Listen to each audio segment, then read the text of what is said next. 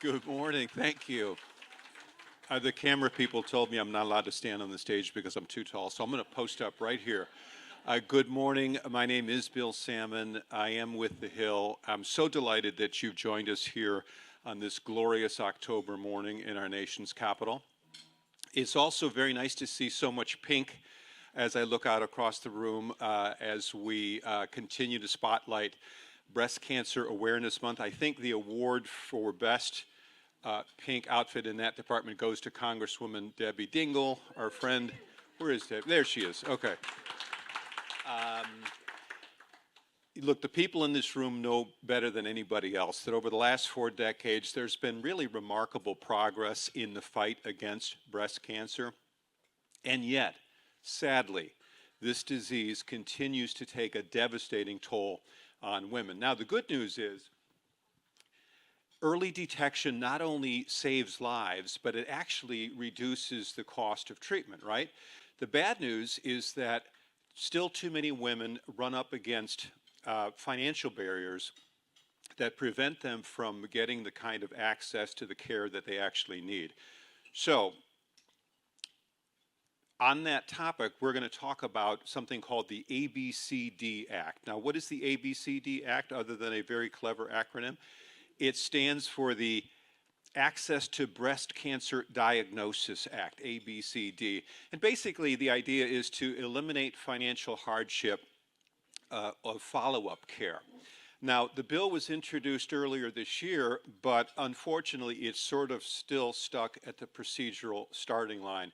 And you know, the thing is, it's hard to move past that starting line when you're in the midst of a government shutdown, right? I mean, we're on, what is this, day 22 of the government shutdown, and that obviously has to end before this bill or any other bill can move forward. All of which is a reminder that timing is everything, right? In not just in the world of politics and policy, but in the much more important realm of breast cancer screening, which we're also going to be discussing in today's program. But first, I just want to take a quick moment to thank our sponsor, the Alliance for Breast Cancer Policy, for their generous support in making today's very important conversation possible. I also want to mention, if you're following along on social media, which we hope you are, you can use the hashtag #TheHillHealth. Repeat that, hashtag #TheHillHealth. And now, without further ado, please join me in welcoming Kathleen Koch. She's a contributing editor at The Hill, and she's going to be leading a bipartisan discussion with a couple of esteemed lawmakers, including the aforementioned Congresswoman Debbie Dingell, a Democrat from the great state of Michigan, and Congresswoman Beth Van Duyne, Republican from the great state of Texas. Both of these women are co-sponsors of the ABCD Act, the Access to Breast Cancer Diagnosis Act. So please, let's give a very warm welcome to our panel. Thank you.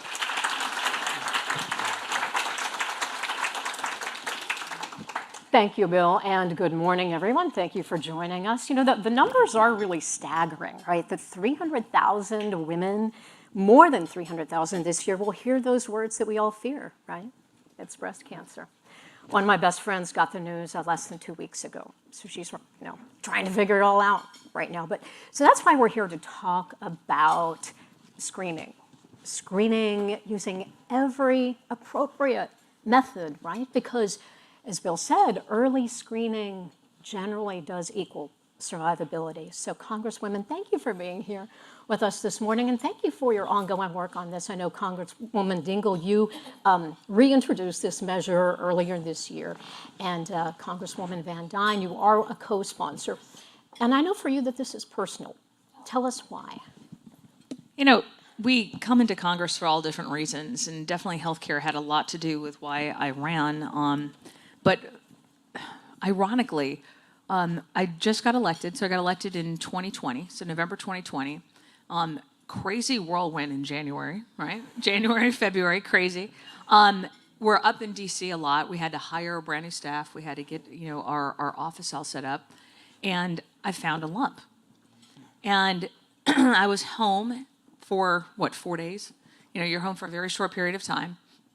And I called for my mammogram. And they asked, why do you need to have a mammogram? Is this just your annual? And I said, well, actually, I found a lump, and everything stopped. They refused to schedule a mammogram appointment for me. They said, you have to be seen by a doctor first. You're going to have a diagnostic, so you're going to have a referral. And I said, well, Prescription. and a prescription. I said, well, my schedule is crazy. Like, I don't know when I'm going to be able to do that. So they refused to be able to schedule a mammogram for me. So then I had to call a doctor, and then it took me 3 months to get in to see my doctor, and then it took me another 2 months to get my mammogram scheduled. And so it was like when you need it the most. Like, the entire point of having a mammogram is to actually have early detection. You detect something, and then they hold you off for 5 months. And then, you have insurance for a purpose. It's supposed to cover your mammogram, and then I got the bill, and I'm like, holy cow. And they were How very much? clear. How much it was was almost it? $800.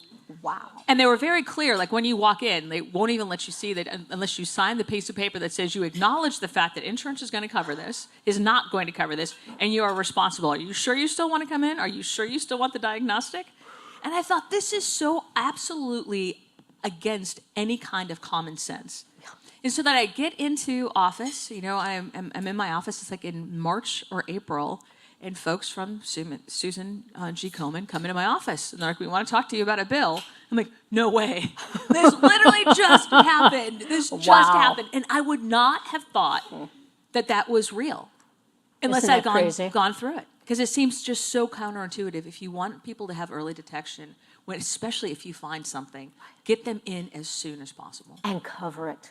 Congresswoman Dingell, talk to us about that. How would the ABCD Act fill that gap? Well, first of all, I'm not old, but I'm seasoned. And I've been working breast cancer with the Susan B. Komen Foundation and another woman that Fran Visco, who had the breast cancer advocacy, and for anyone who's seasoned like me, which may only be Bill,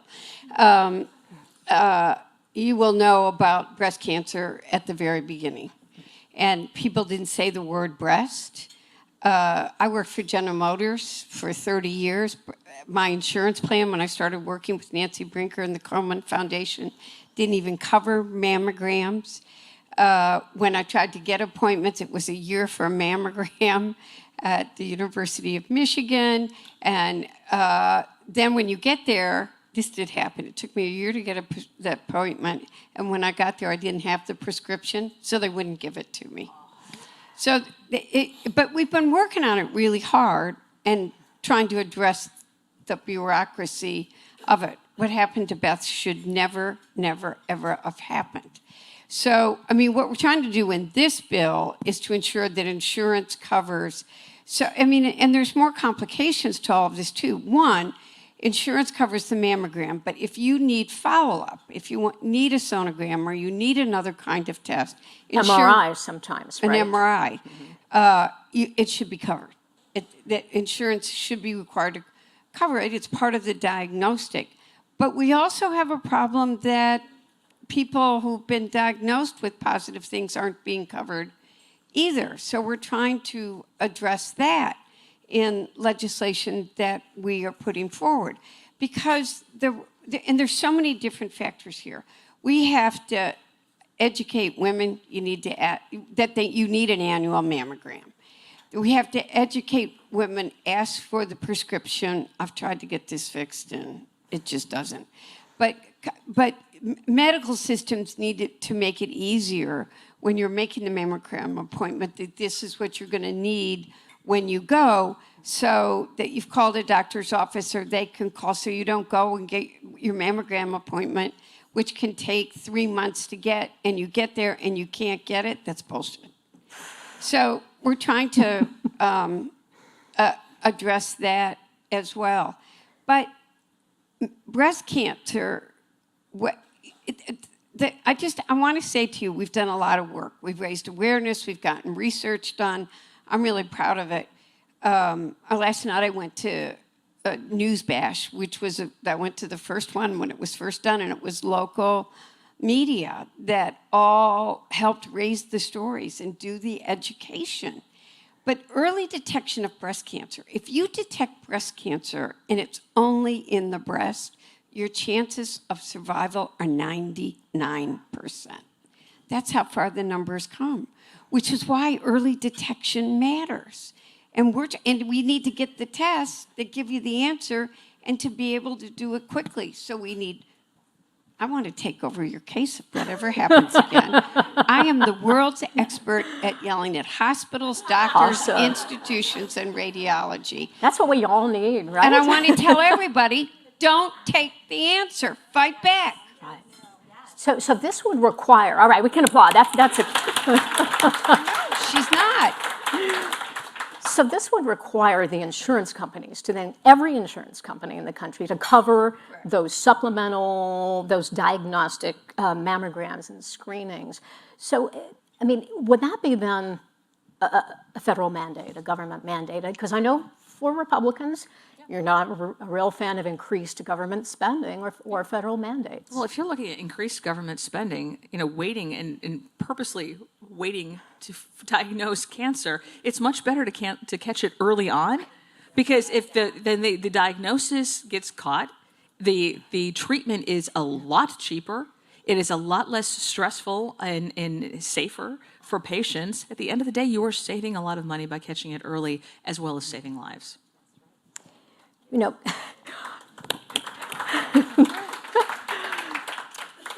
Congresswoman Dingell, where are you seeing the resistance to this? Because obviously we're getting applause from the right and the left. I think the two of you seem to be pretty much in agreement. Who's against this? Who is opposing this? I know, it's certainly Insurance bipartisan. companies? No, it's certainly bipartisan, and I'm looking at doing some other legislation with Kat Kamek. And I work with a lot of women.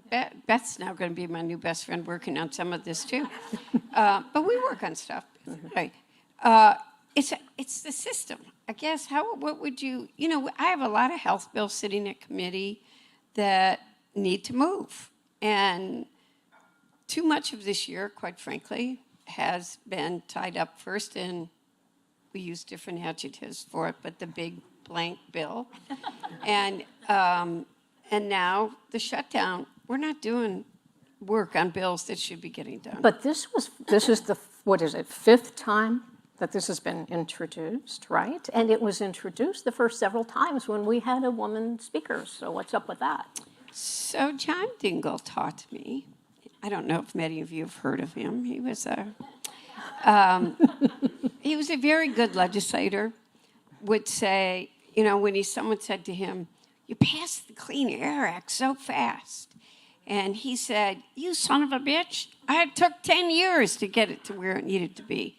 And we've got politics in the House. We've got different kind of politics than, there's bipartisan politics, there's budget politics. We just have to get people to see the importance of it. Look, you don't know how hard it was. Long before I came to Congress, I started the National Women's Health Resource Center. I mean, women weren't being included in federally funded studies for everything. For drugs, because we had hormones. But half the population is going to react to things differently.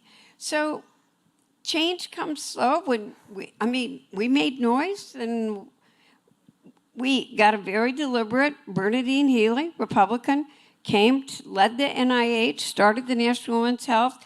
We got more women included. I wasn't in Congress when all this was happening either, by the way. Got more women included in studies, but not enough. We're still finding, because drug companies are afraid of impact on things, that you got to keep working. You can't give up. And it's not just women, it's women of color. Great. Correct. I want to touch on this because it's a great question, and this is one of my biggest frustrations. Before I came to Congress, I was a mayor. And being an executive position, it's a lot different, because just by sheer force of personality, determination, and just being a bully, you can get a lot done. Okay, you can't do that in Congress. I've tried. I am still trying to figure it out. But people ask, this is a bipartisan bill. This is, it's not a controversial bill. I have people, advocates, lobbyists come into my office all the time. People from my district who have simple requests. Why can't you get this stuff through? And so I started looking at it. how many people here know, on average, how many bills are introduced per session? Just throw it out there. Just give me a number. It's like 10,000. Okay, so think about it. We got 435 people just in Congress alone. That we all think we've got the best bill, the best answer. We want our name on that bill. So everybody's coming up with lots of legislation. And some of our colleagues come up with a lot more than others. But you need to get that put on a calendar to come out of a committee. So you got to make sure, and no chairman is going to put that bill on their committee for a hearing or a markup unless they think that they've got the majority that's going to pass. So as advocates for a bill, I would ask you, help us do our job, which is whatever the committee of jurisdiction is, make sure that you've got everybody on that committee on the bill. That's the first thing, because you got to get it on a markup, which means you got to get it on a calendar, which means you got to get the attention of the chairman to get that on the bill. What's the committee of jurisdiction for So this this one? would be under, we are actually already at Ways and Means, and probably ENC. Yeah, so ENC and Ways and Means, it would be joint. We already actually got one of our bills out that had to do with seniors and Medicare and having this covered. But, and then the other thing is actually finding time for it to get on the floor, which means having all this excitement and talk about it, because there's so few bills that are introduced, they get out of committee, they get on the floor, they get a vote. And then after we get that, then it has to go to the Senate.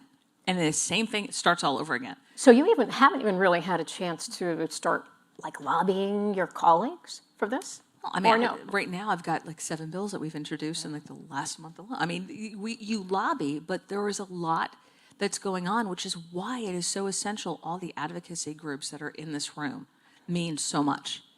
Because this happened to me like my first like month in office, and then having somebody come to my office and like, oh, here's the bill that we're looking at that could fix this. There's like this aha moment that pops out, and you're like, I'm on this bill. This is something that is very personal to me, but it makes common sense.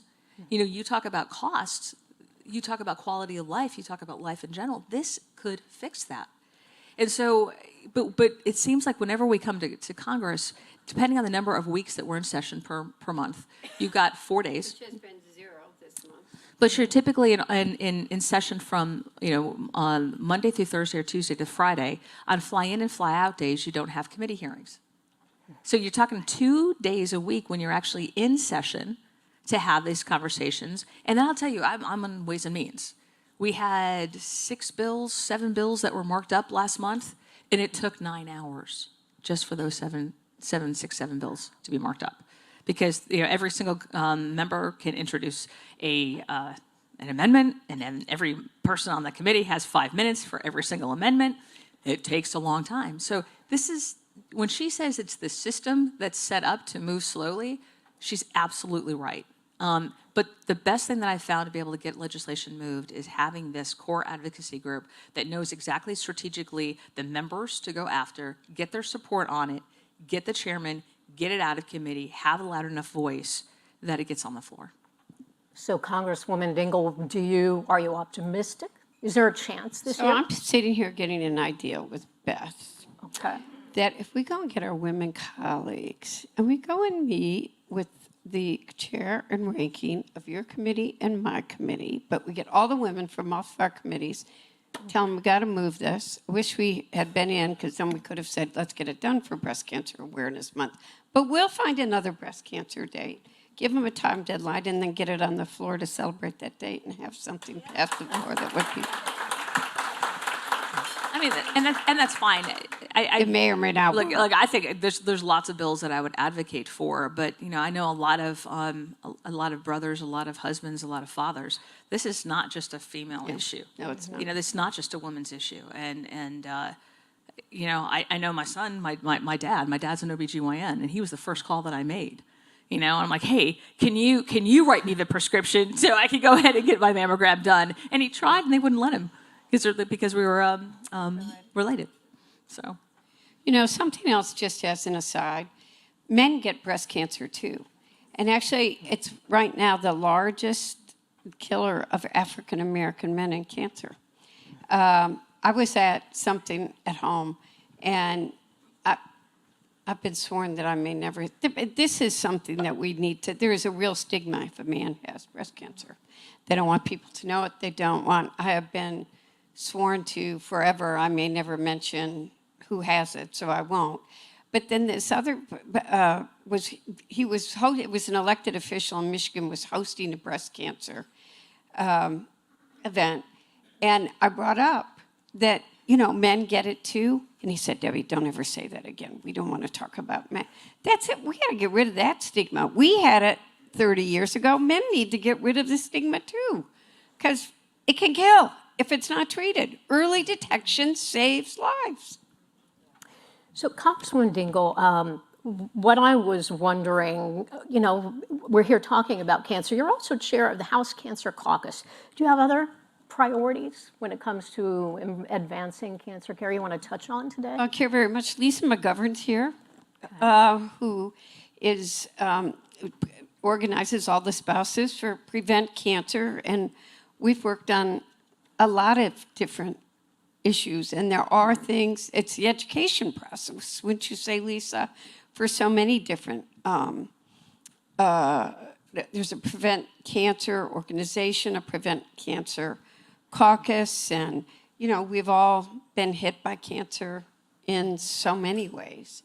Had a little boy die of a brain tumor. I've had family die of different cancers, and I think there's been a war on cancer for decades in this country, but too many people don't know the issues that can help them, the food that they eat, the environmental factors, the sun exposure. I could go through all the lists. So, we are all human beings, and in the Congress, there's far more that connects us than divides us, and bringing people together to work on the issues that matter to people in their districts and in their home, shining a light, trying to find the answers, trying to develop policy that helps them is something we work very hard on. And Congresswoman Van Dyne, if this passed in your district and across Texas, there are a lot of rural areas, there are a lot of imaging deserts. Looking ahead, do you have thoughts for ways that those people in those underserved areas could get access to this imaging, this diagnostic, cost-free diagnostic? Let's start using technology. There was a group, every year they have this healthcare technology fair. Have you seen it? They've got technology now that basically fits into a tiny little box that you can actually take it out to rural areas. I think also expanding on telehealth. If there was a silver lining in COVID, telehealth was it.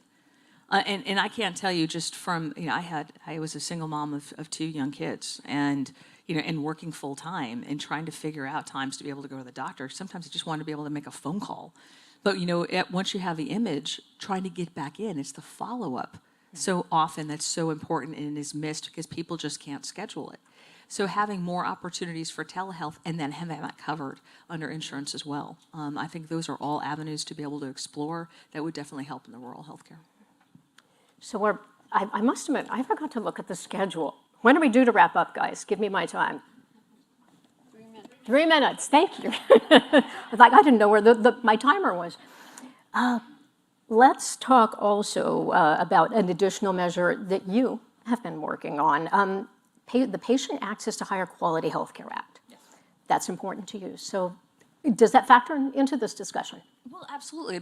Again, it's looking at physicians, and we want them to be able to have hospitals as well. I don't understand why that was prevented. My first job out of college was working for a healthcare company. It was a physician practice management company that owned a management services organization. And there's a lot of letters and a lot of words in there. But the idea was to allow patients and physicians to have that relationship so that all the back office could be handled by folks who weren't touching patients. And the idea was to put together a group of physicians that could then go and have direct, could contract directly with businesses and bypass the insurance companies. Because what we found is the more money that goes into the healthcare system, the more money that the government is putting into the healthcare system, the more costly it is, less access, and quite frankly, less quality.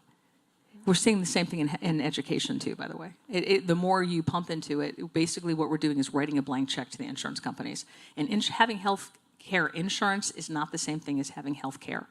So we're trying to allow people who've got more education, more experience, actually touch and see and feel the patient to have more decision-making in their care. And so allowing physicians to actually own hospitals, I think is really important. And this is a bill that I'm working on with Henry Cuellar.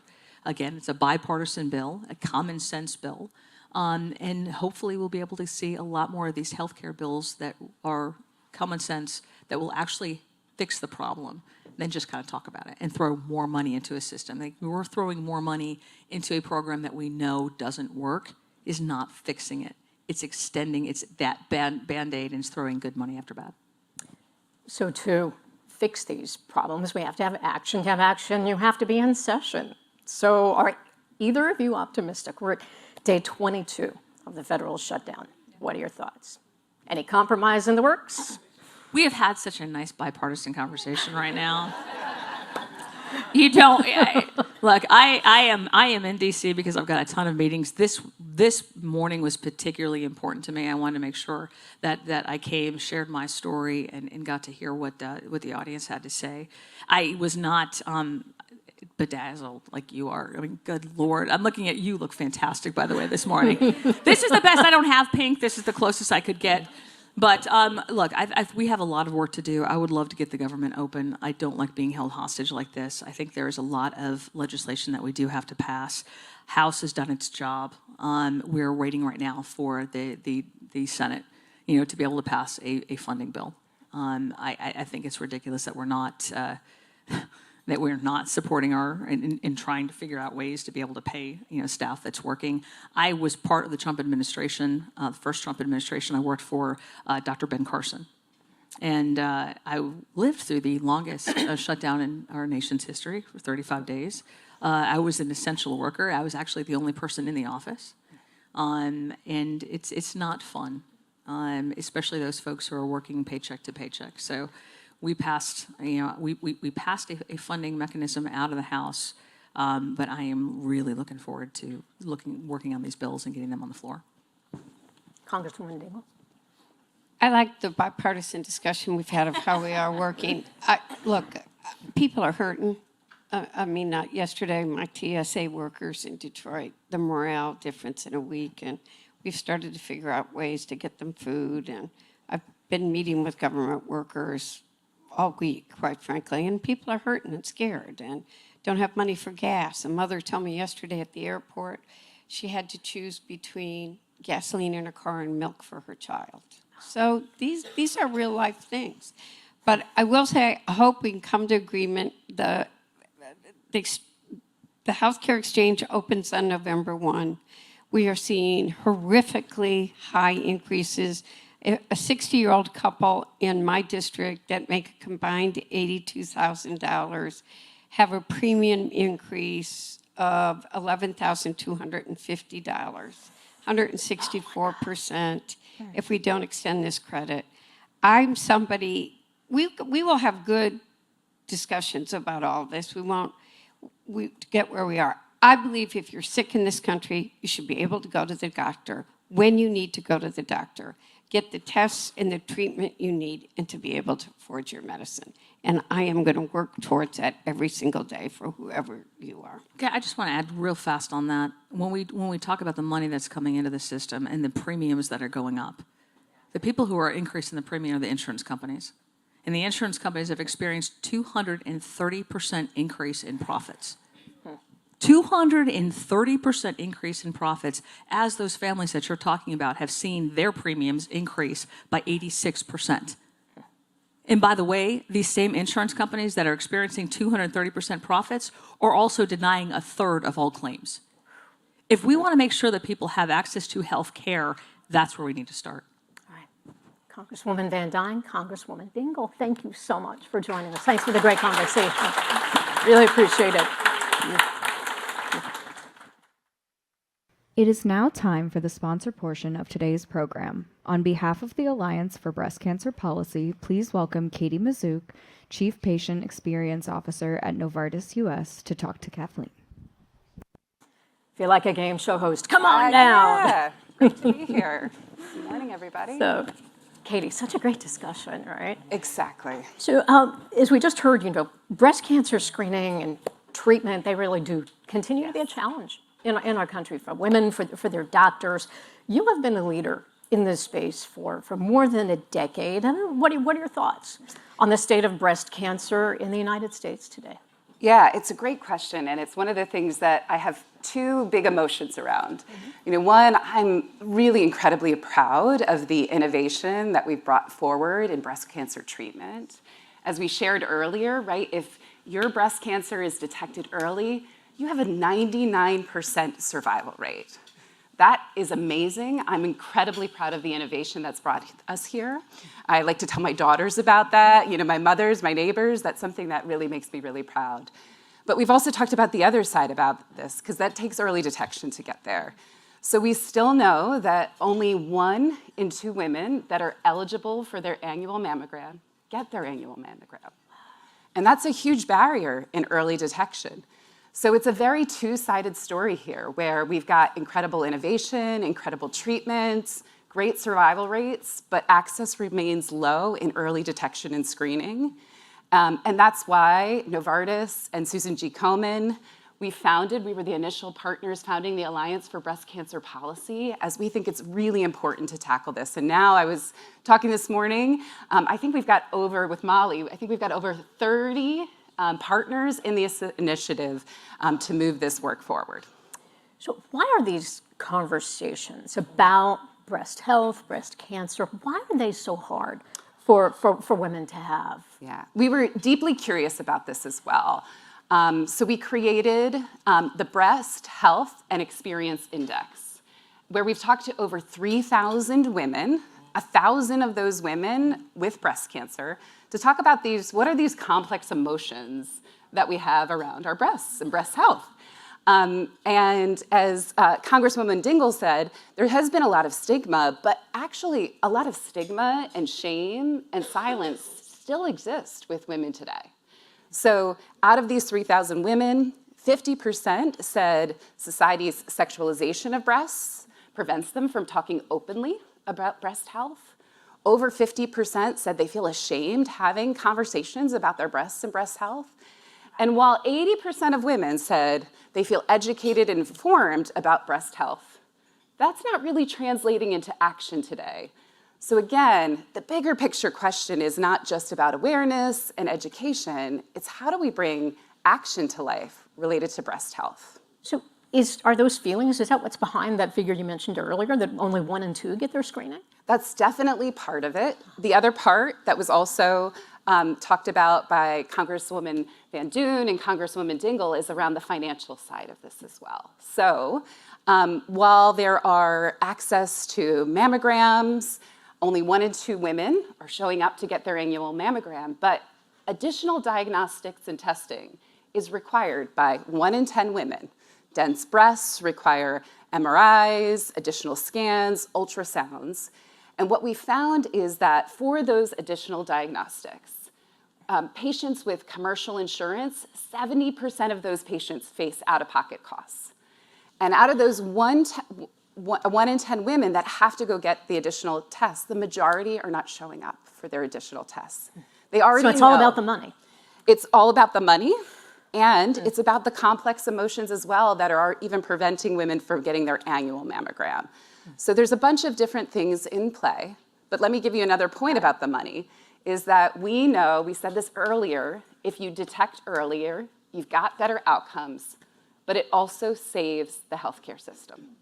So earlier detection, earlier treatment with women, with innovative treatments that we have, advanced therapies, less invasive therapies that lead to higher quality of life, saves the healthcare system, on average, about $14,000 per patient, but over $2 billion over the lifetime of breast cancer patients.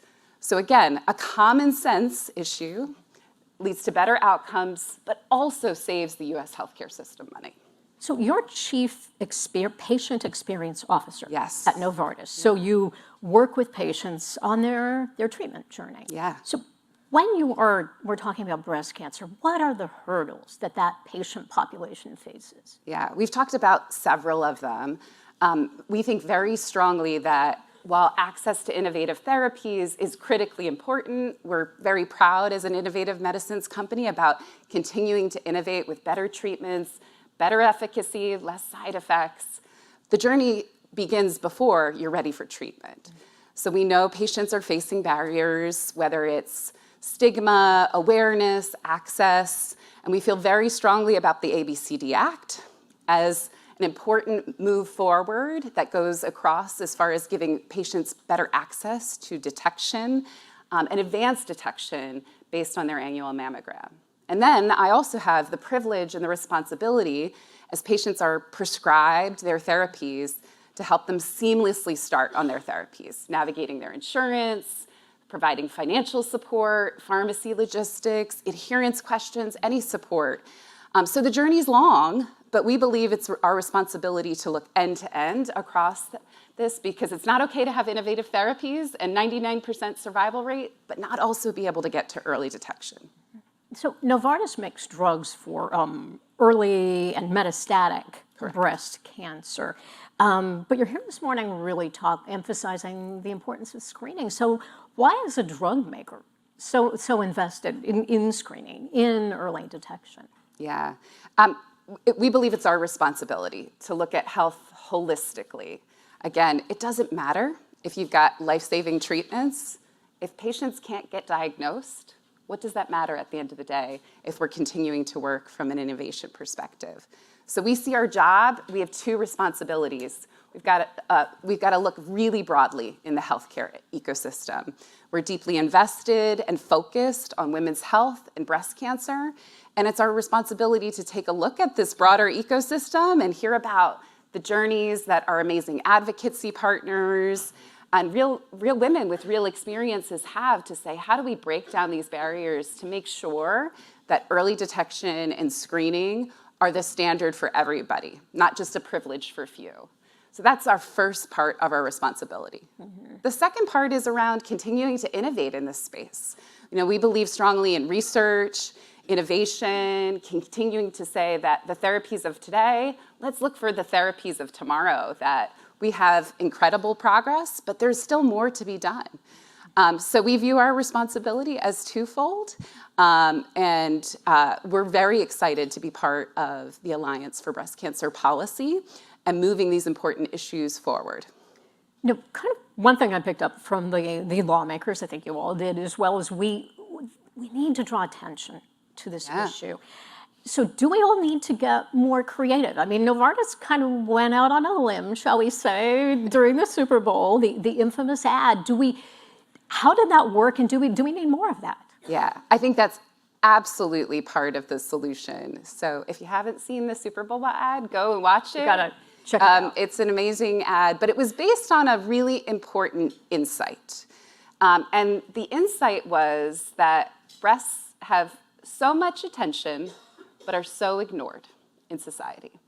And that was the key insight that we worked with women with lived experience with breast cancer, our advocacy partners, such an aha moment, because there's great awareness about breasts.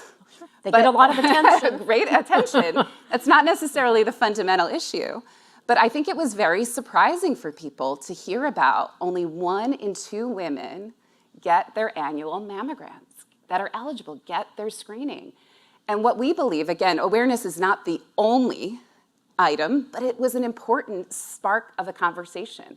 It helped families start to talk about it. Are you getting your mammogram, mom? Are you getting your mammogram, daughter, friend? Talk about it. Reminders, a call to action to start the conversation and continue to reduce stigma, raise awareness, and also expose the other issues that are at play as early detection requires more than just your annual mammogram. The hurdles that people are faced in the system. So we think it's an important part of the conversation. And you set up a website too, didn't Yes. you? I mean, talk about that, for people to send reminders Yes. to the women they love. Yeah, exactly. screened. Part of our Your Attention Please campaign. So in addition to our commercial, we also had a call to action where Women, men, family members could sign up for annual reminders, but also send reminders to somebody else. And we loved that conversation and what it sparked because it is holistic. It's a full action that we can be taking. And we saw incredible traction on that. The momentum continues today as we've had a lot of activation around that surrounded by our partners. So it's part of it. We're really proud of that. But of course, it's based on a very deep and true insight of so much attention, but so ignored. And that's our responsibility today to how do we change that? And we're really proud of the ABCD Act, the Alliance for Breast Cancer Policy, and these broader movements where we can align across research, policy, and advocacy to make sure that breast cancer early detection and screening is a standard for everyone, not just a privilege for few. Well, Katie Mazook, thank you so much for joining me, and thank you for Novartis's attention to Thank this issue. you. Thank you.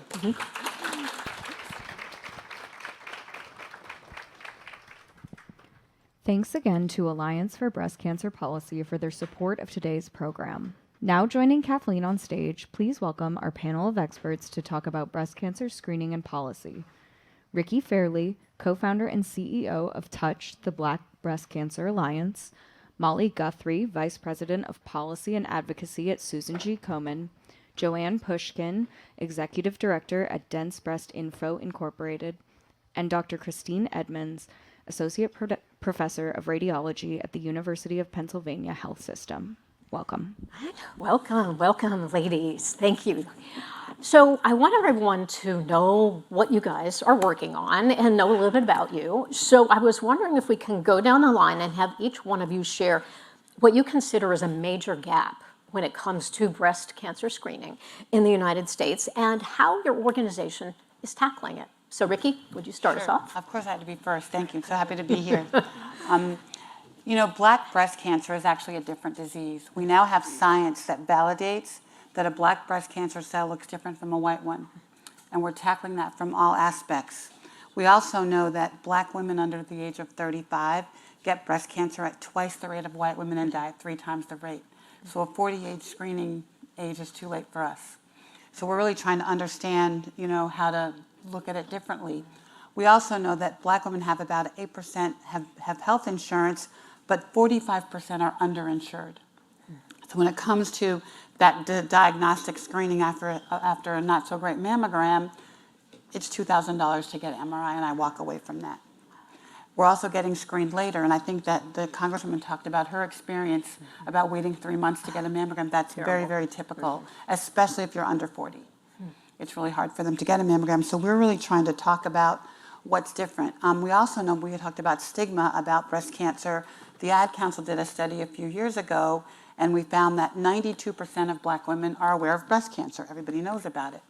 25% of black women actually talk about it with their friends and family, but only 17% act on the risk. Wow. So those numbers are pretty devastating if you think about people just aren't talking about it, aren't aware of it. And a lot of it is just lack of understanding and lack of knowledge about how important it is to check your breast and get screened. So what is your group doing specifically We are doing, on those we issues? actually have an outreach to young women. So we have a web series that we do every month called Pink Table Talk, and we talk to women who are healthy about breast health. We talk about helping them understand their risks, understanding her story, talking to their families about their health history, and also making breast health an act of self-care. And we educate about the importance of breast health. We have an HBCU internship program. So we hire about 10 or 15 interns every semester from HBCUs. We pay them to do our TikTok. God forbid, I don't know what's on the TikTok. I'm not too old for TikTok, but we engage them to talk about breast health with their peers and with their families.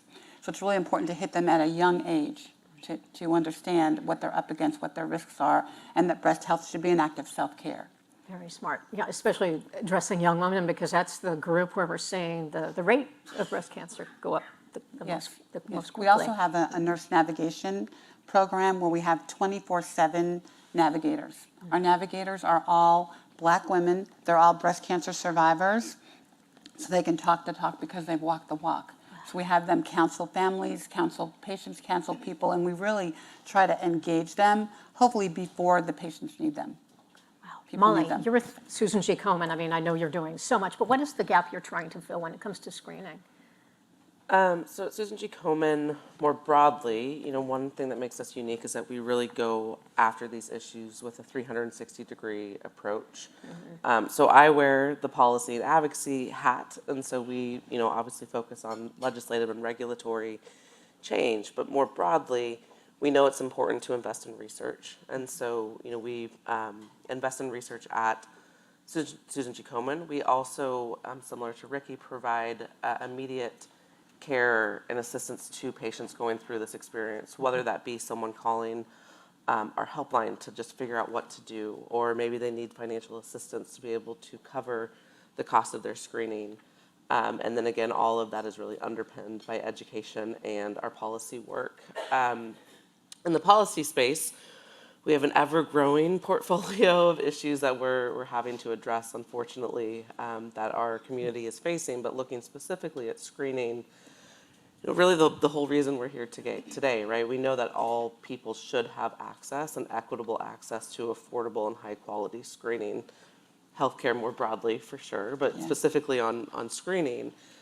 So in addition to the ABCD Act, we also spend a lot of time advocating for the National Breast and Cervical Cancer Early Detection Program, which is a fantastic program housed out of the CDC that's been in existence for 30 plus years now.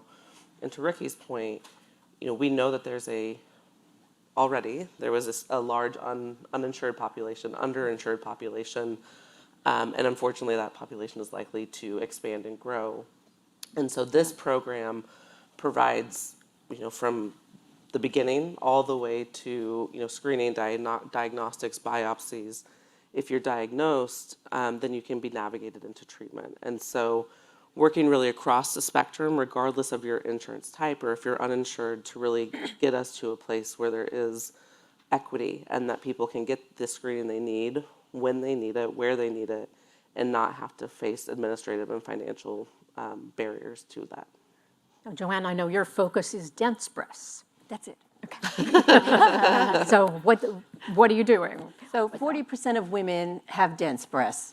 For those women, they are at increased risk of developing breast cancer and of having that cancer missed on a mammogram. In women with the densest breasts, a mammogram will miss about 40% of cancers present. That's almost a coin toss. They're also at an elevated risk of developing breast cancer. So I and fellow advocates fought for density-informed laws state by state, and finally in September of 2024, it became an FDA requirement that all women after their mammogram be informed whether their breasts are dense or not dense. So armed with that information, that certainly helps the screening experience for a woman because now she knows she has dense breasts. We would like everyone to ask them the question, is my mammogram enough? Because that's the question that should follow.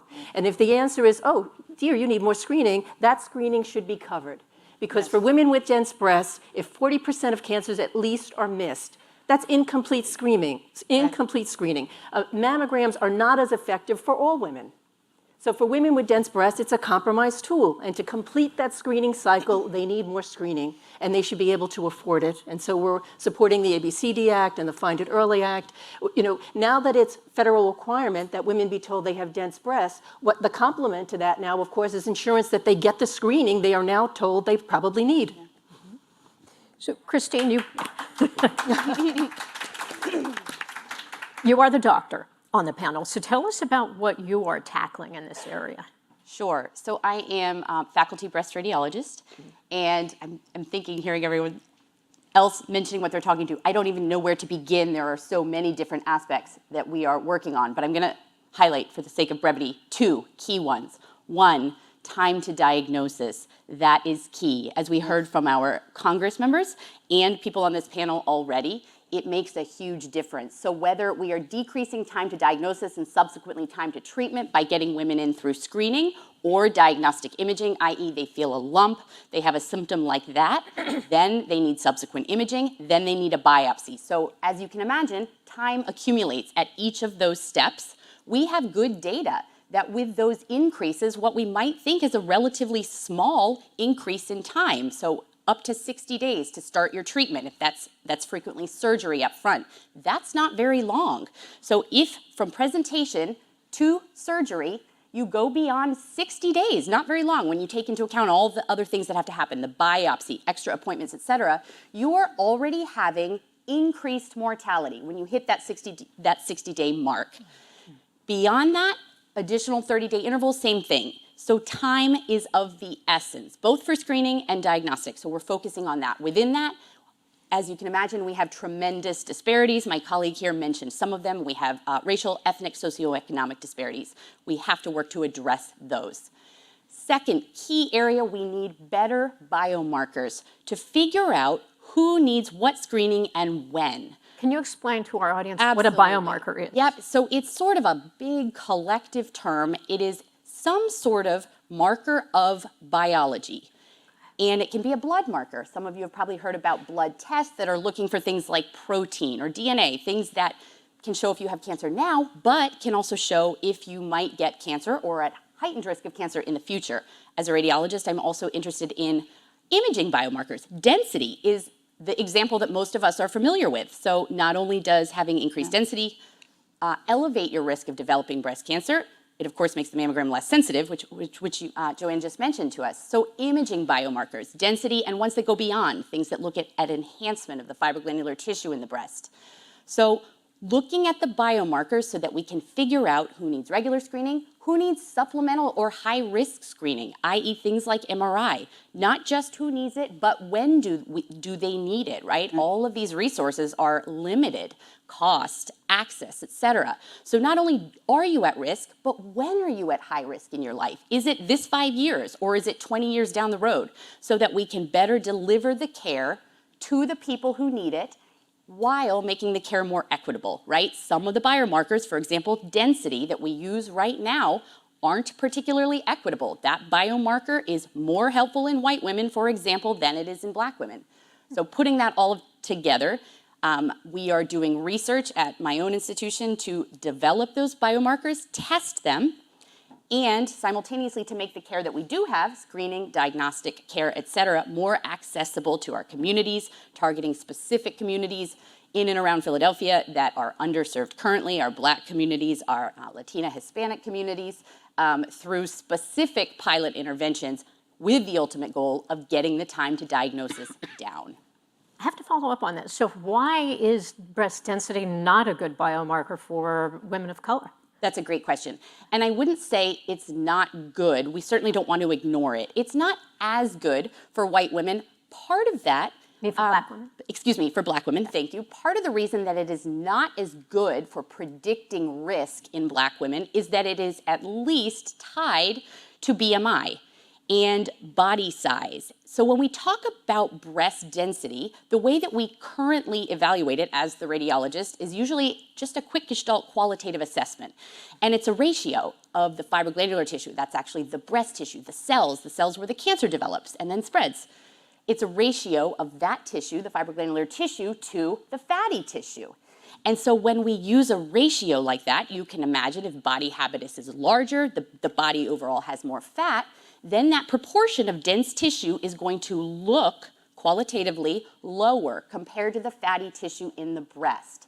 And so unfortunately, if we use those qualitative assessments, black women are less likely to be candidates for supplemental screening if we rely on those qualitative density assessments. So unfortunately, we've already heard black women get breast cancer at younger ages, present at at higher stages, and have 40% higher mortality. So the very population that you might think, wow, they're going to need some extra screening here, are unfortunately a little bit less eligible if we're using simply that density biomarker.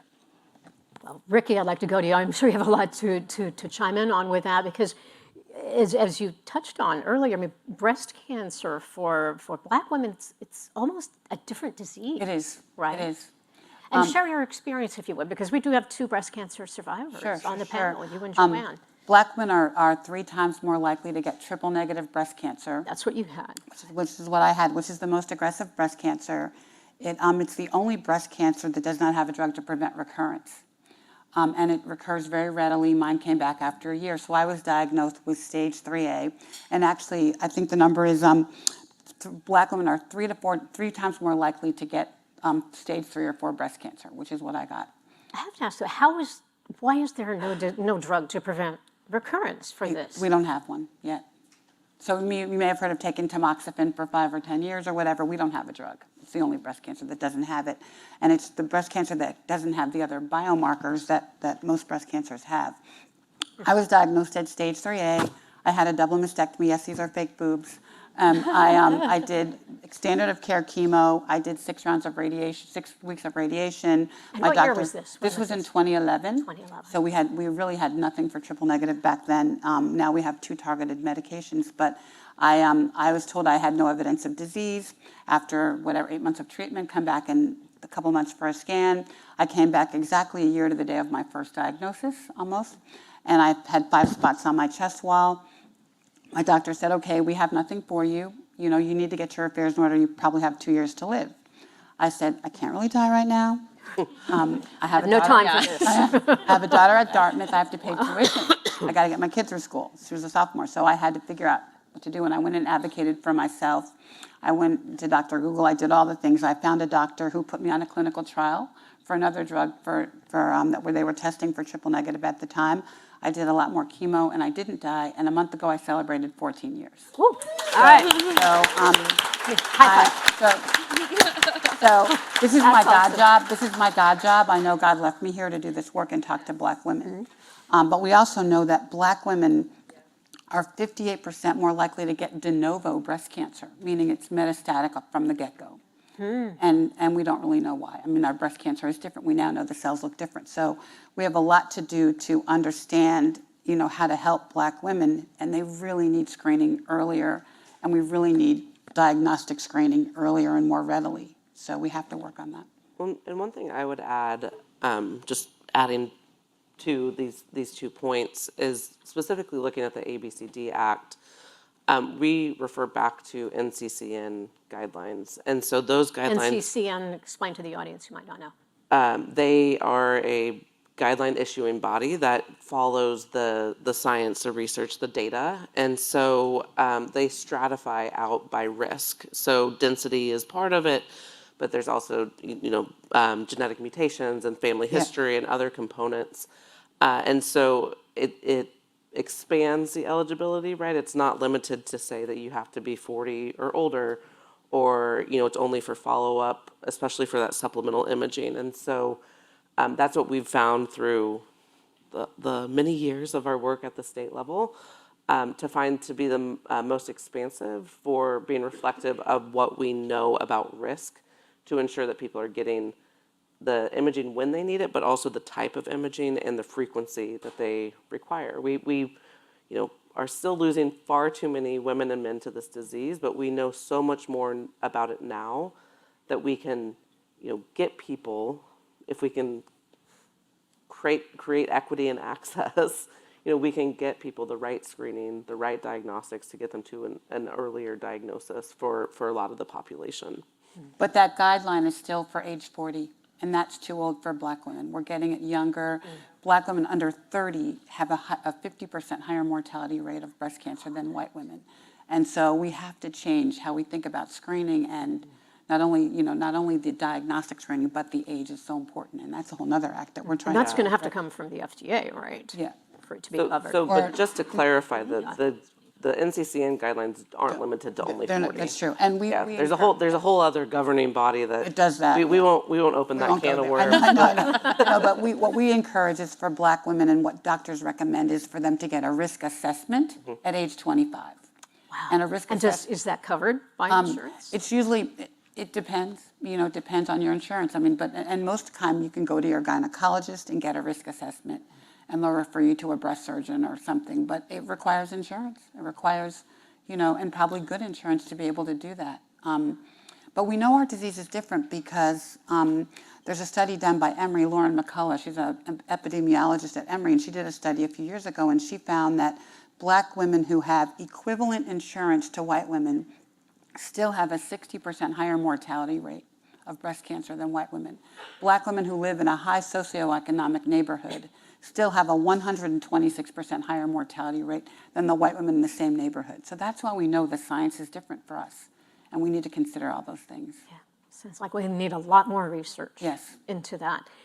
It's so fascinating to me to see women who are survivors like you, like Joanne, who you are driving so much action in this area. And Joanne, I wanted to talk to you. You helped push the FDA to finally put out these requirements that, radiologists say, inform women, you have dense breasts, and this is how dense, and this is what that means. How did it feel to have accomplished something like that? And what are some remaining misconceptions and misunderstandings about breast density that you're working on today to change? I think when we got word that the FDA agreed that, yes, we're going to come out with the guidelines, and they came out with them, I remember getting the news, and I just kind of sat down heavily in my chair and thought, excuse me, Jesus Christ, I'm glad it's over. I just thought Why this did it was take going so long? this just Right. took so long to get this done, and there were so Right. many women in so many states fighting, frankly, while they were dying to be sure, getting chemo, getting an infusion and typing on their other hand to lobby their state legislators for women to be Yeah. told this information. Why should we have fought so hard to be told this information? Why was that a secret? Why wasn't I told I had dense breasts? Why, when I was finally diagnosed, I was going for mammograms, doing everything right, healthy girl, ate right, and one day I feel a lump, but it had only been 8 weeks since my normal mammogram, and I really wasn't worried, but they tell you call your doctor. Of course I did. And I went right in, and he palpated the lump also, sent me on for a diagnostic mammogram and an ultrasound. And I go for the mammogram, and the day the lump is so big, I can feel it. I've got no better background. I can feel the lump. It doesn't show up on the mammogram. And the aide comes back in the room and says, the mammogram is clear. And I was in a large facility with multiple waiting rooms. And I said to the girl, oh, honey, I think you came back into the wrong room. I'm the lady with the lump so big I can feel it. And she says to me, oh, honey, you've got dense breasts. We're never going to find that. And I remember sitting back, and my thought then involved the F word. Wow. And then, right. And so, but then I go for the ultrasound, and there it is, clear as a bell. And so, of course, my question is, but so now why wasn't I getting that ultrasound every year?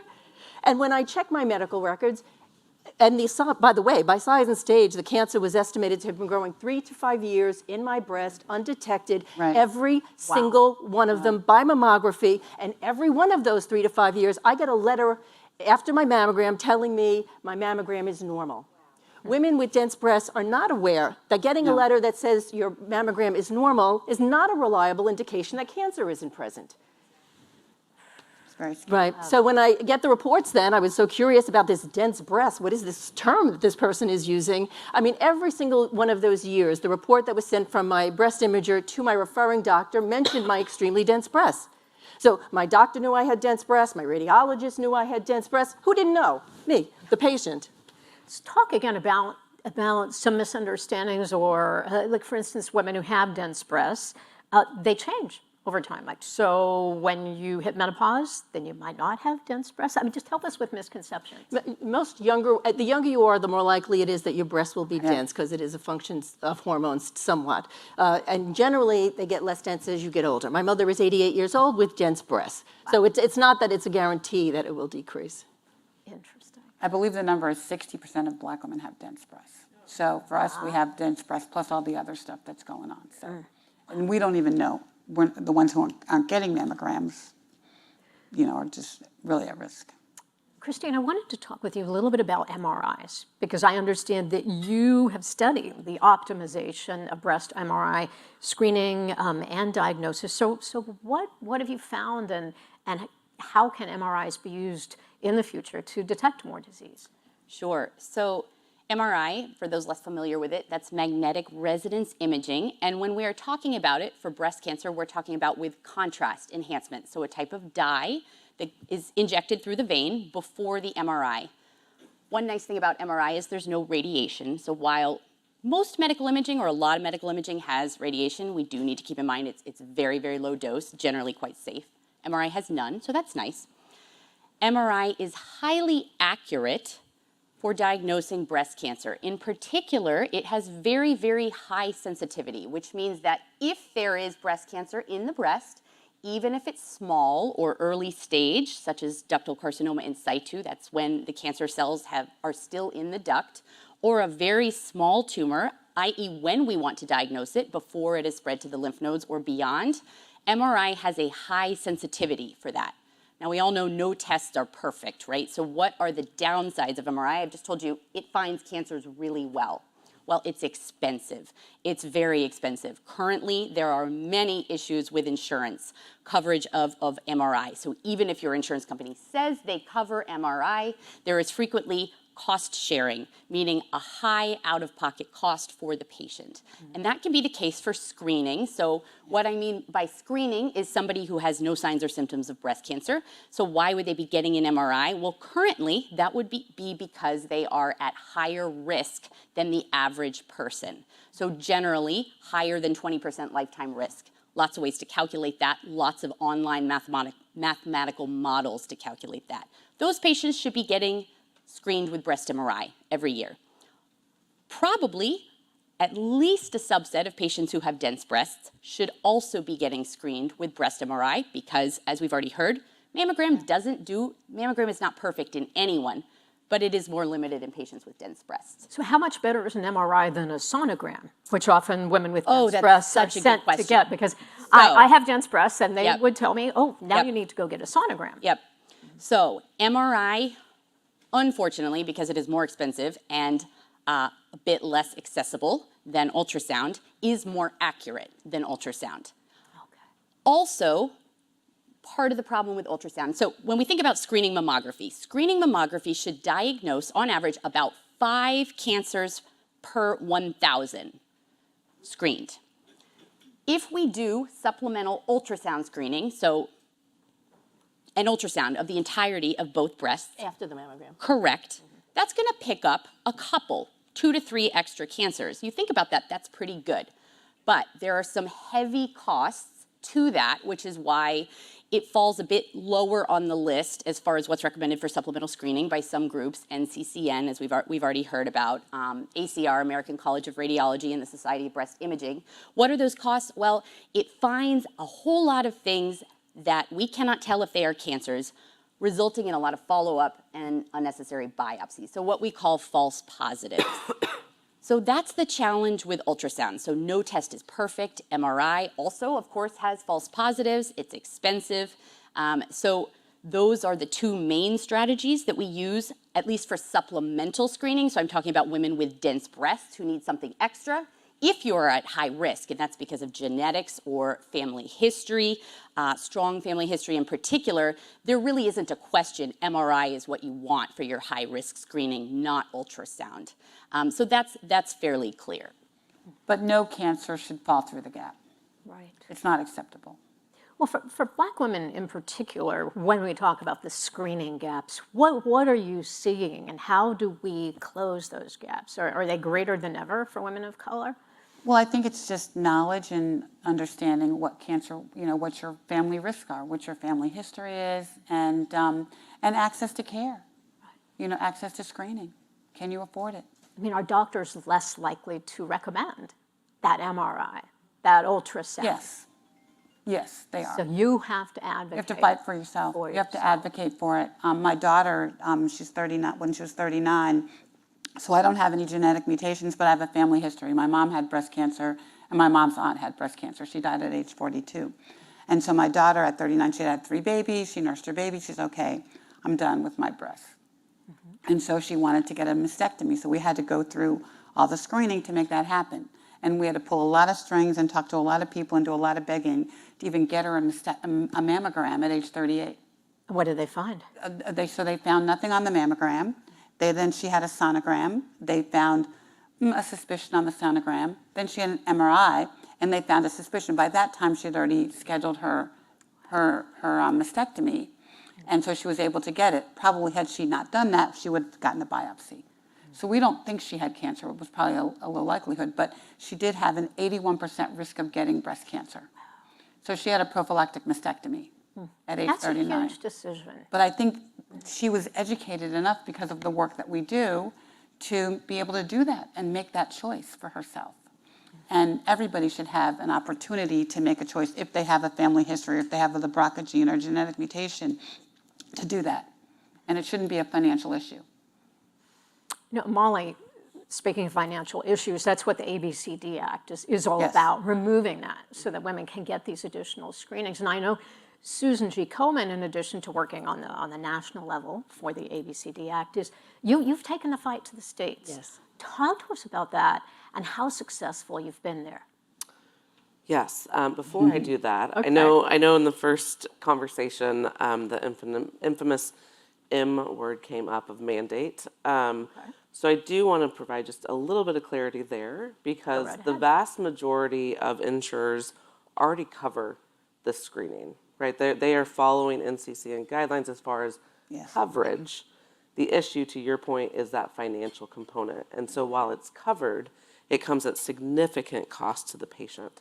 And so we frame it as a really cost adjustment issue rather than a new mandate for coverage. Thank you for clarifying. Which I share, because I think that's part of the reason that we've been so successful at the state level. So as we heard, things tend to move slowly here in Washington, D.C.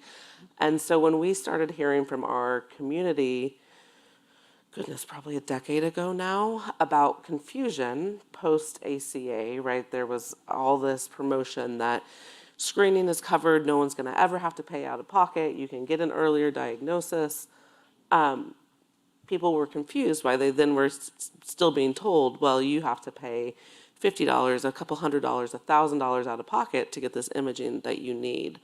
And so, come to find out, that was that division between regular screening or supplemental screening and diagnostic imaging. So we dipped our toe in the policy solutions at the state level first to see what would work, what sort of resistance we would come up against. And so did that for a couple of years before first introducing the ABCD Act back in 2019, I believe. So we started in 2017, 2018. Well, there's still a few states pending this year, so we might see that number go up. But as of today, there are 30 states that we believe provide the coverage at no cost and for the number of screenings that might be required. So really comprehensive coverage in 30 states across the country. And those are big states, small states, Red states, blue red states, blue states, rural, urban, really the whole continuum. We're seeing this real momentum at the state level, which is huge, right? To date, Huge. That's huge. we've removed that financial barrier for 130 million women and men across the country, which is massive, but there's still a huge gap that exists, which is why we need this federal law to have consistent coverage for everyone, no cost coverage for everyone across the country.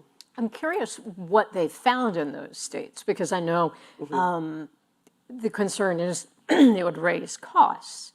So that women would, for some reason, suddenly rush out to get ultrasounds and MRIs No, because it's like a that's what massage we all or want, something. right? More testing is what everyone Right, wants. it's so much fun. Right. The data has come back in pretty much all of those states that have done cost analyses that the cost is minimal. The cost to the insurer is minimal, and the increase to premiums for individuals is nominal. And again, I think that goes to what we heard earlier and what we all know. If you catch cancer earlier, it's not only better outcomes for the individual, but it's less expensive for that person, and it's less expensive for the healthcare system overall.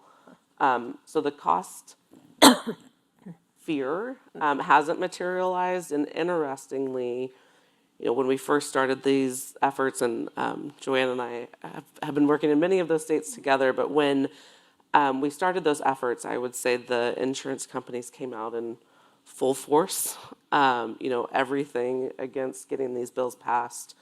And I think the data has shown that perhaps there's not as much fear as there should have been. And so there's still some opposition, but it's not at the level that we have seen historically, most recently. Because it's saving lives through early diagnosis and therefore saving money to the healthcare system at large and to the insurance companies, one would assume. Absolutely. Right. Yes. Joanne, you mentioned earlier in your first comments, you support not only the ABCD Act, but the Find It Early Act. And I don't think we all in the room know what the difference is between the two. Could you explain that? And would the passage of either one be equally helpful? So they're both federal bills to expand and reduce the out-of-pocket costs associated with screening and diagnostic imaging, both based on NCC and guidelines. The Find It Early Act covers federal plans like Medicare, VHA, and TRICARE. So it would include, in addition to the private plans, some of the federal plans. Okay, so the ABCD Act does not cover those. Yeah, so the ABCD Act was introduced first. Again, it was introduced in 2019. And when we talked to committees of jurisdiction, there was more willingness to move forward a bill that was focused on this private insurance component. We absolutely agree that it needs to be addressed across the landscape, but again, things move slowly in DC, and larger scope bills can be more difficult to move. And so when Find It Early was introduced a couple years ago, we still felt it was important to reintroduce and continuing to push ABCD, because if we can get a bite of the apple for private insurance, and it will make it easier to get coverage in Medicare and through TRICARE and other federal regulated insurance. But we worked with Deloro's office on the language is purposely very similar because we felt it really important. Again, the issue remains that we need access to supplemental and diagnostic without the cost. So they are very, very similar in text.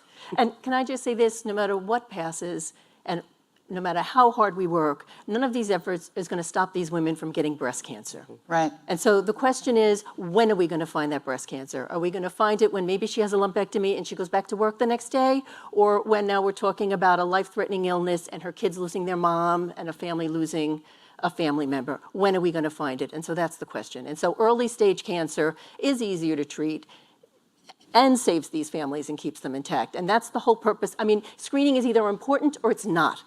And the reason we screen is to find it early. And it's really unfortunate that we even have to talk about this. I mean, it's crazy. I forgot to mention something that we also do is that, you know, it's really important to be in the community, and that's what Komen does, and that's what we do every day. And we do about 100 events across the country, and at about 30 of the events that we can afford, we do screening at our events. And we screen young women. We particularly screen young women who are under 40 because they can't get a mammogram. And so we have a lot of different things that we use to do that. But for example, we went to Martha's Vineyard last year, kind of where all the bougie black people go in August. It's like a thing. The black women know what I'm talking about. And we scanned, we did DEXA scanning on 55 women. We found 3 cancers in 3 days. This year we did it again. We scanned 158 women and we found no cancer, thank you God. But I think we were in the community, and actually 40 of the women that came back, you know, from year to year to get scanned because it was easy for them to do. They're on vacation, but we try to bring it to the community so they don't have to do it themselves. But I think it's really important just to talk about it and be where people are and meet them where they are to understand the importance of this. Christine, I was wondering if you could look down the road, really to the future for us regarding imaging, and are there any innovations that hold really great promise, you know, say over the next 5 to 10 years, to improve early detection, to reduce false positives? Yep, there sure are. As I mentioned previously, one of the key issues is figuring out who needs something extra, be it ultrasound or MRI, and when do they need it. So there are some really promising research studies coming down the pike. Most of us in the room by now are familiar with AI, artificial intelligence. Within that subset, that large umbrella, we have machine learning, and then under that, we have deep learning, and we won't go into the weeds on that today, but basically using these neural networks, these very advanced computer algorithms, to either take a single imaging feature. For example, there are these amazing studies showing that using a single mammogram, we can predict with better accuracy than, say, all of the online math models that we have right now, not only who is at elevated risk of breast cancer, but when, narrowing it from a lifetime risk to a 5-year period.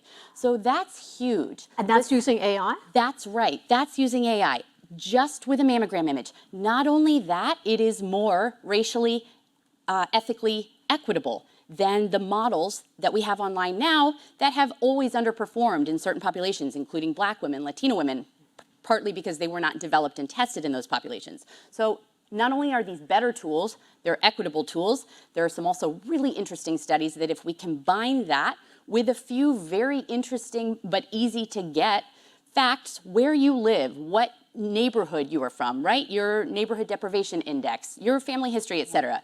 Information that should be pretty easily accessible. Combine that with an image, these models are amazing. So obviously that's not in clinical use right now, but it could be in the near future. The studies are amazing. I would say, though, that I get calls every week about, so my doctor said if I pay an extra $40, I can get the AI mammogram. Should I do that? They tried getting one in like 2 weeks. Yeah, With can I what's do the that? deal? Is that, And should I said, shouldn't well, I said yes. And so, no, you should. I said, if you can Why afford not? it, if you can afford it, yes, Yes. do it. But still, I don't think we have data to validate that we have enough Black women in that research to make a statement about it. So And I say do it because we need your data. Yes, and I will add those tools, CAD, for example, that helps radiologists see calcifications, et cetera, sometimes get lumped in with those AI mammograms. Right. And that is not the same thing as what will hopefully be Right. coming down the pike and is not yet available now. In the shorter term, we have contrast-enhanced mammo, which is similar to MRI in that you get intravenous contrast, and then you get a mammogram. So who would need that? Who is that good Great for? question. Women with dense breasts? Yes. So the data is lagging a bit behind. It's a newer technology than MRI. It is not quite as good as MRI, early data shows, but it's pretty good. And already it's in use for diagnostic imaging. For example, in women who have dense breasts, you get recalled, there's something vague there, you want contrast. And or women who can't get MRI for various reasons. Screening studies are pending. There's lots of data coming, but it has a lot of promise. It is a shorter study, a less expensive study, fairly tolerable to most patients. So that is also another very promising avenue. It has the benefit of not just relying on anatomy, right? So when we do mammogram or ultrasound, we are simply looking at anatomy, just looking at tissue, shapes, things like that. Both MRI and contrast-enhanced mammogram are looking at enhancement, so blood flow. Tumors have increased blood flow. So basically, for lack of a simpler explanation, they light up on an MRI or a contrast-enhanced mammogram and potentially improve the accuracy. So that is hopefully in the near future. Well, And it sounds, I would assume quickly, the contrast-enhanced mammogram is less expensive than an MRI. That's correct, yeah. I would also add contrast-enhanced mammography is really important, especially when you're looking at rural communities that don't have access to this other imaging, an MRI machine. And so we have disparities across the board Yes. in breast cancer, Yeah. but another significant one is individuals in rural populations. And so CEM, contrast-enhanced mammography, is really important for that. Yeah. And again, included within guidelines for those purposes, so covered is. by both the ABCD Act and Find It Early. 80% of patients are going to community hospitals. So they're not going to Georgetown and MD Anderson. They're going to in their community where they're probably not having access to this kind of technology.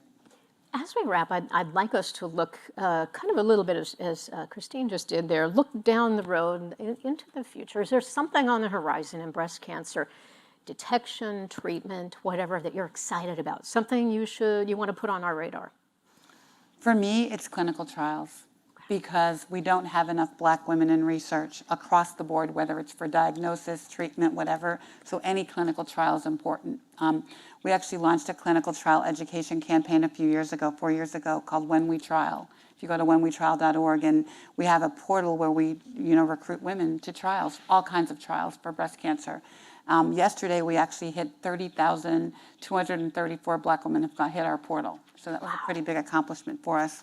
But we still have more work to do. And I think that we just need more data about Black breast cancer across the board, whether it's for screening, for treatments, for anything. And so we. And do you have encourage that. scientists lining up to do do. research with that data? Yes, we do. When you get it? We Wonderful. do. We're part of a Cancer Grand Challenge right now with a researcher at Morehouse School of Medicine, Melissa Davis.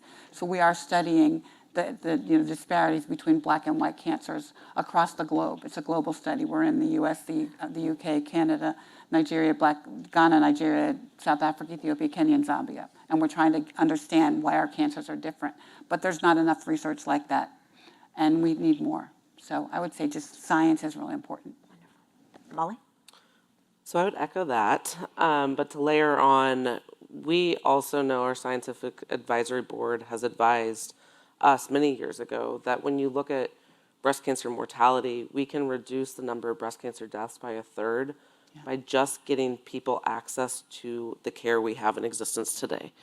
And so with my policy hat on, right, that's what I'm most excited about, is to be able to get these policy changes done so that all people can access the care they need when and where they need it without financial strain, without the administrative strain that we heard earlier, having to go get a script or, having to have prior authorization and all these other barriers that patients face. So really looking to policymakers, whether that be at the state or federal levels or within the regulatory space, to work together with us to ensure that all people have access to what we already have today, right? It's crazy that we have it available and we could save 1/3 of the 43,000 people that are dying just by getting them connected to the existing treatments and screening and care that we have available now. Joanne? I think all of that, yes. And But I think that what we need to, there needs to be some sort of more standardized approach to getting women involved in the screening program. All women at 25 should have a conversation with their health care provider about their personal history, and even a benign biopsy matters and increases your risk.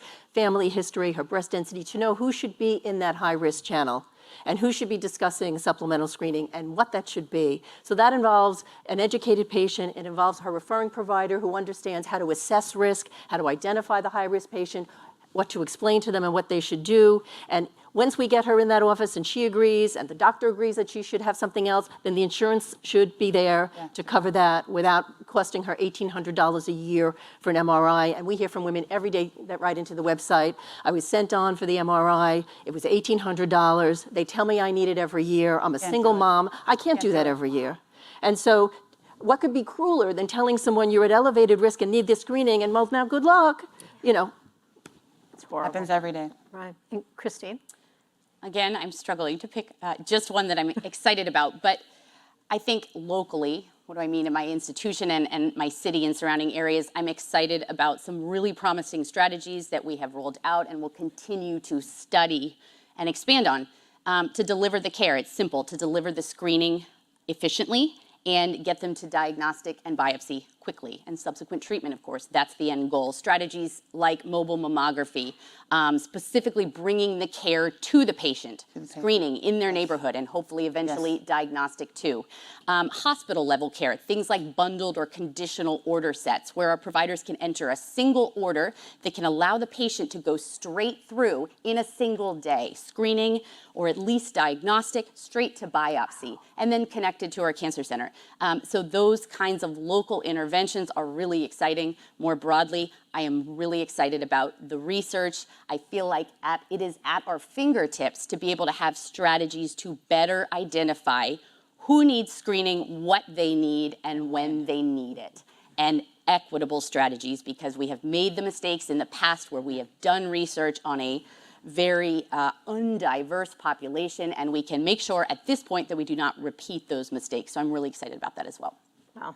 What an amazing discussion. Ricky, Molly, Joanne, Christine, thank you. Thank you so much. Thank you, all of us here in the room, for joining us, those who are watching live. And a big thank you to our sponsor, the Alliance for Breast Cancer Policy, again, for bringing us all together. And if anyone missed a portion of this, someone who is watching, or you want a friend to watch, the full event video is going to be available on thehill.com. So thank you. Have a great day. If you're a woman of eligibility age, go get your screening. And if you're not, tell the women in your life who are to do it. Please help save their lives. Thank you. Thank you. Thank you, Christine. Thank